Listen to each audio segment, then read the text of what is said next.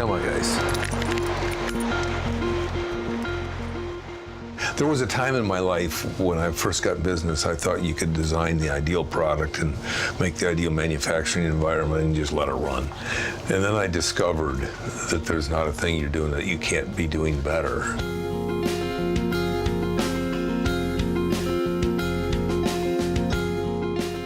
Some people look at design as just this little detail, but I see design as a huge idea in how we bring creativity and innovation to the solutions.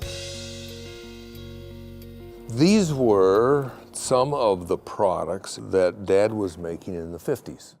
The business came from a small group of people that were working hard, and when I joined it in high school, we had 69 employees. That's not a big company. Do you think about that sometimes? Like, oh my goodness, what have I created? You look back and you say, it's amazing. You say, this is where we are, and here's things that we're doing good, and here's things we're not doing good, and can we fix those things, and you grow. Dad started the business in 1948. He built store fixtures. He built fishing lure displays. He would do almost anything that he could do with some woodworking capability at the time. I liked manufacturing. I liked the plant environment. And that's where I got some of the skills to build a boat. Do you have a picture? I have some of the pictures. Let me see. Okay, the first boat that I built was this one. Mm. So then I built this boat when I was in college, a little hydroplane. Wow. This is Matthew, my son, yes. in that boat. And then this is the sailboat that I built when I was in the service.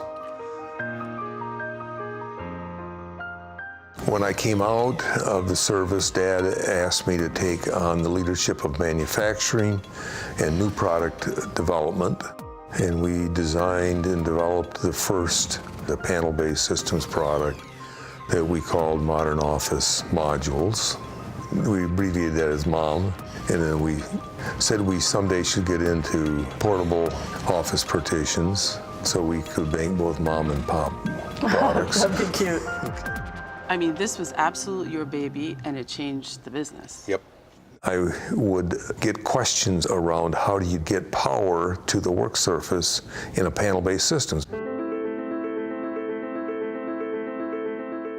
I love to find new ways and different ways of doing things. I mean, it really excites me. So I went to the hardware store and bought everything electrical that I could find in the hardware store. I bought extension cords and receptacles and switches and wire, and went back to the factory on Monday and threw it out on a conference table, and I says, we got to figure it out. The product was Era 1, and it evolved and got much better. The pre-wired powered panel was a significant impact to the marketplace. 2 years later, everybody in the industry in some way infringed those patents. Our choice was get out of the business or to figure out how to survive. Litigation is draining, but we had to protect our intellectual property or we'd be just copied more. We used our revenue from intellectual property settlements and invested it back to grow the business. I was working in a company called Castelli in Italy, and we were looking to find a partner, a buyer, and Haworth, a group of Haworth management came and visited us, and we negotiated for a while. We ended up selling the company, and in the process of sale, I met Dick Haworth for the first time.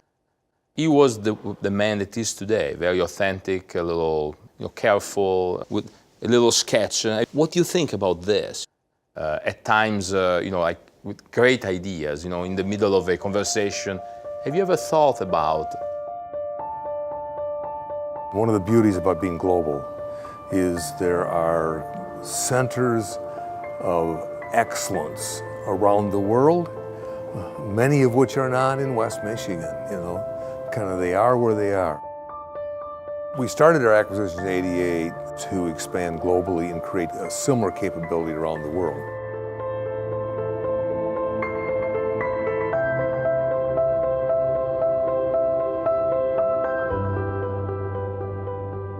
When I became CEO, I spent quite a bit of time with Dick.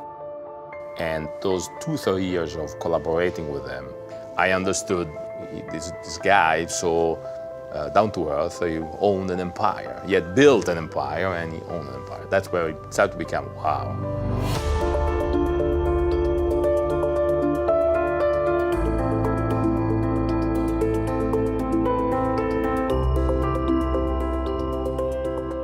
Design drives every one of our product projects. It is embedded in who we are, and our objective frequently is to design products for the global marketplace. So this facility also had to support a global organization. It has to be much more than just a Midwestern or a North American facility. Weren't you excited about the process? Yeah, and when Perkins and Will came in with some ideas, one of the few times in my life we picked the most expensive. Yeah, okay. So, you know, I'm pretty frugal. But this is something that we believed in and we wanted to invest in, and it's been very rewarding.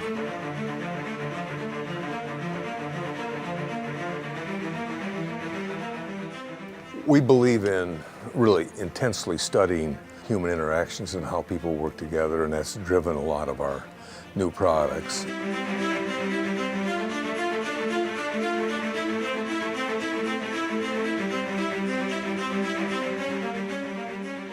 This is a lot of the future of where digital collaboration is going to go. We're in the physical space business. This is virtual space. As soon as I put a bluescape system in a room, I now have 7 million square feet of virtual space that I can work in with multiple people. That's crazy. If you're on an airplane with an iPad and you have Wi-Fi access, you can join this session. And so you can now begin to collaborate. It's a tool that is so essential, basic. I feel a little like I've given somebody a pencil for the first time, and like, I wonder what they're gonna do. And that's kind of exciting. So you like engineering, but you're not an engineer. You studied architecture, but you're not an architect. And you like design, but you're not a designer. So Dick, who are you? I like to be involved where I can make a difference. Early on, we've been married 50 years, we made an agreement that if he was to grow the company and we were to grow a family, we wanted one of us home. So I wanted to do that, agreed to do that, and so I considered that sort of my part of contributing to the family. I think there was many, many days that her job was tougher than mine. So yeah, yes, during the teenage years. So as they went off to college and got married, that's when I started really having a studio and a toy store. And this is teeny tiny toy store. Ooh. I take toys to the hospital about every other week, so I've been very involved there for 10 years. So, but it feels good to do that. Oh, I love it. I mean, who wouldn't want to be me? Yeah.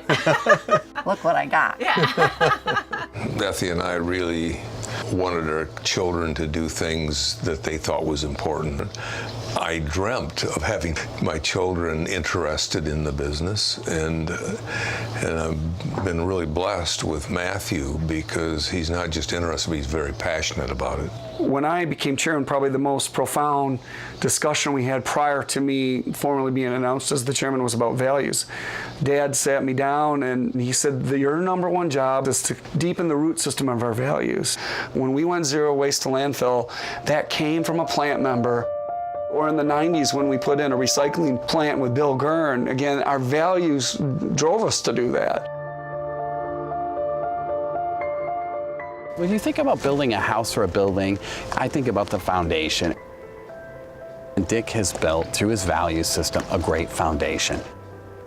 So if you look at the Haworth family from GW to Dick, now passing the torch to Matt, it's about a succession plan and a look to the future that gives you some security that you can work at a place that is future focused.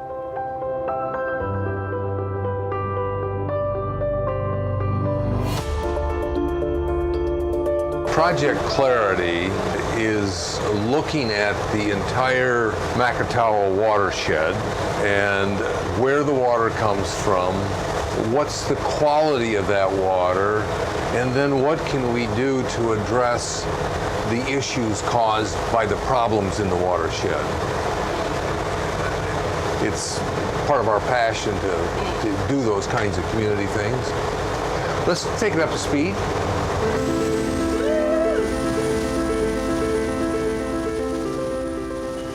So together, Dick, Matthew, and I are, probably in the last 5 years, have really redesigned the company.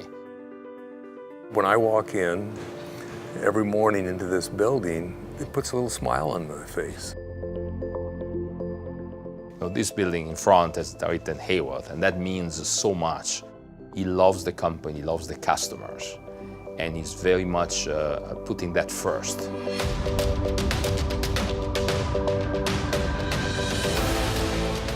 If we do our job right, we improve the environment for everybody that works in the spaces that we influence. How are we doing today? Great, how about you? And that's pretty powerful. I like to think that we're helping people live a better life.